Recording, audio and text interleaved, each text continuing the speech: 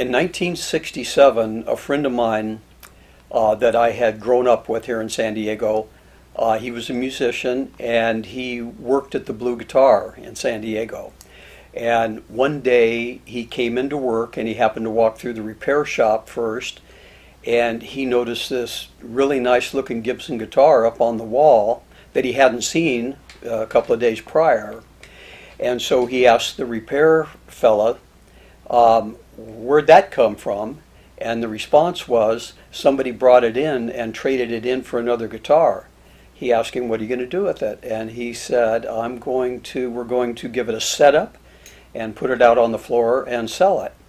And because he was a country western and bluegrass style guitarist, he really wanted a jumbo like that, and he said, I will buy it. And so he made a deal with the owner, and so he bought it. That was in the summer of 1967. A couple of years later, he was moving out of town and needed some money for a move, and he came to me and asked me if I would like to buy the guitar. And because I had always liked it as well, I said sure. So I bought it from him, and that was in the winter of 1969, and I had it ever since. That was my main guitar for 46 years. And how much did you pay for that guitar? I paid $175 for it. Wow. An outrageous price at the time. Yeah, it would be well over $1,000 now, probably, right? Yeah. So anyway, I loved it, always have.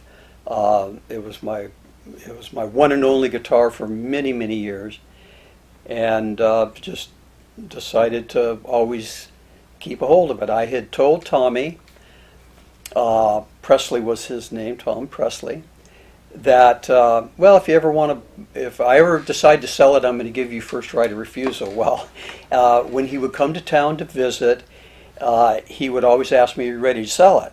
And the answer was always no. But he would always pick it up and play a new song or two or three that he had written, and he always had an affinity for that guitar as well.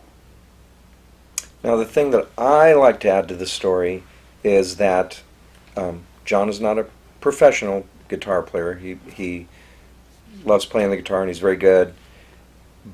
It was a really such a wonderful thing that it ended up in his hands, because I played through the 70s and the 80s and 90s where we tinkered with instruments, and it didn't matter to a lot of people I ran around with whether something was vintage or not.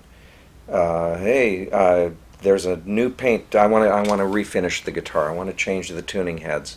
I want to change out the pickup, which George did with his guitar later. He moved it around. So musicians will tinker and modify instruments, and John never did that. And that's the most beautiful thing about this story, is that John took care of it.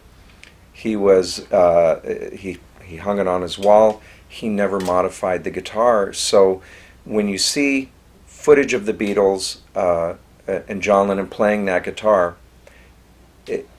shortly before it went away, the guitar looks exactly the same as it did 46 years later, and that you're holding history in your hand, and it's the same instrument. Nothing's been changed. So you did such a good job taking care of it. Thank you. Yes.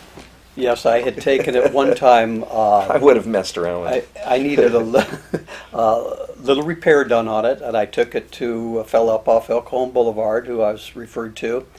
And when I picked the guitar up, I asked him about the tuners, because at that time the tuners were a little rusty.